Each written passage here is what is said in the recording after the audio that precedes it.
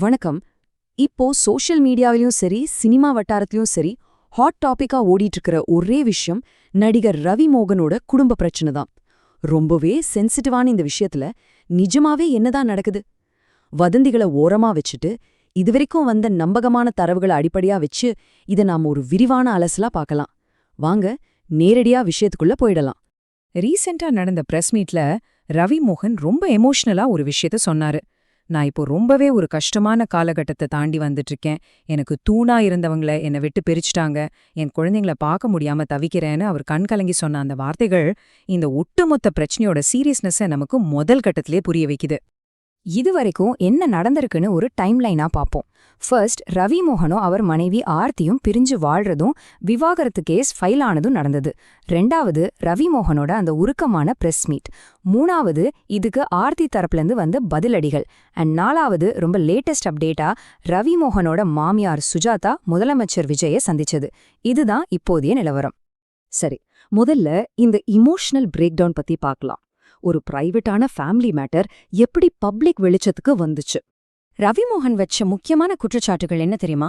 ரொம்பவே ஒரு இருண்ட தனிப்பட்ட சூழ்நிலையில தான் இருப்பதாகவும் தன்னை நிம்மதியாவே வாழ விடலன்னு அவர் ஓப்பனா சொன்னாரு. இதுல ரொம்ப மனச பிசைற விஷயம் என்னன்னா, குழந்தைகளுக்கான எல்லா செலவுகளையும் நான் தான் பாக்குறேன், ஆனா ஒரு அப்பாவா அவங்க கூட என்னை இருக்க விடலன்னு அவர் தவிச்சதுதான். அது மட்டும் இல்லாம தன்னை ஒரு அடிமை மாதிரி நடத்தினாங்கன்னோ தன் நிம்மதியை முழுசா பறிச்சுட்டாங்கன்னோ அவர் சொன்னது எல்லாரையுமே ஷாக் ஆகிடுச்சு.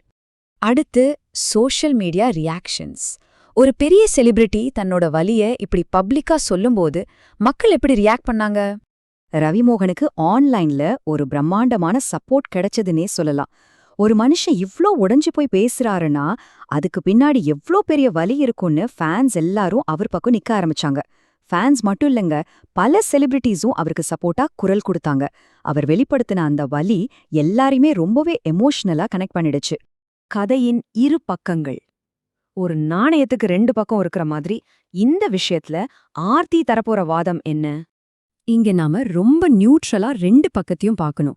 ஒரு பக்கம் ரவிமோகனோட குற்றச்சாட்டுகள், அதாவது குழந்தைங்கள பார்க்க விடல, அடிமை மாதிரி நடத்துனாங்க, நிம்மதியை கெடுத்துட்டாங்க அப்படிங்கிறது. ஆனா மறுபக்கம் ஆர்த்தியோட தரப்புல இருந்து இதெல்லாமே அப்பட்டமான பொய்கள்னு ஸ்ட்ராங்கான மறுப்பு வந்திருக்கு. இதுக்கு பின்னாடி வேற கோணங்களும் வேற உண்மைகளும் இருக்குன்னு அவங்க தரப்புல ரொம்ப தெளிவா சொல்றாங்க. இந்த ரெண்டு பக்கத்தையும் நம்ம பேலன்ஸ்டா புரிஞ்சுக்க வேண்டியது ரொம்பவே அவசியம். சோ இந்த முரண்பாடான கருத்துகளால என்ன ஆச்சு?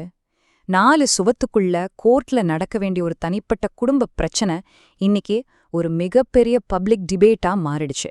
சோஷியல் மீடியா முழுக்க ரெண்டு தரப்பு நியாயங்களையும் மக்கள் அவங்களுக்கு தெரிஞ்ச மாதிரி விவாதிக்க ஆரம்பிச்சிட்டாங்க. அடுத்ததா இந்த முதலமைச்சர் விஜய் சந்திப்பு. இந்த பிரச்சனையில எப்படி திடீர்னு ஒரு பெரிய அரசியல் திருப்பம் வந்துச்சுன்னு பாப்போம். யாருமே எதிர்பார்க்காத நேரத்துல இன்டர்நெட்ல ஒரு போட்டோ பயங்கர வைரல் ஆச்சு. ரவி மோகனோட மாமியாரும் பிரபல தயாரிப்பாளருமான சுஜாதா நம்ம முதலமைச்சர் விஜய நேர்ல சந்திச்ச போட்டோஸ் தான் அது. விவாகரத்து பிரச்சனை இப்படி பீக்ல இருக்கும்போது நடந்த இந்த மீட்டிங் இந்த ஒட்டுமொத்த கதையிலேயே ஒரு பெரிய சஸ்பென்ஸ் உருவாக்குச்சு.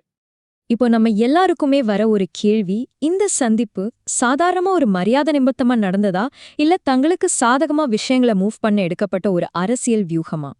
இந்த கேள்விதான் இப்போ ஃபேன்ஸ் மத்தியில பெரிய விவாதமா போயிட்டு இருக்கு. இந்த யூகங்களுக்கு மெயினான காரணம் அதோட டைமிங் தான்.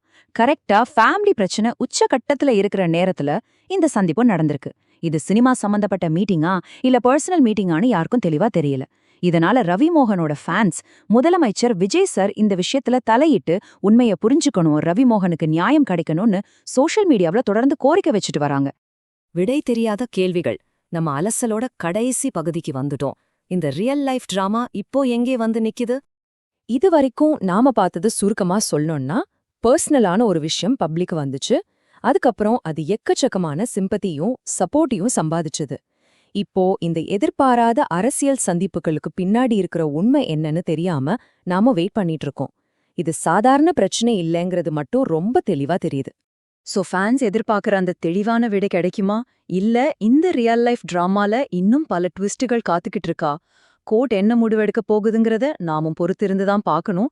ஆனா ஒண்ணு மட்டும் நிச்சயம், இந்த விவகாரம் இப்போதைக்கு ஓயிற மாதிரி தெரியல. இதுல உங்க பார்வை என்ன? யோசிச்சு பாருங்க.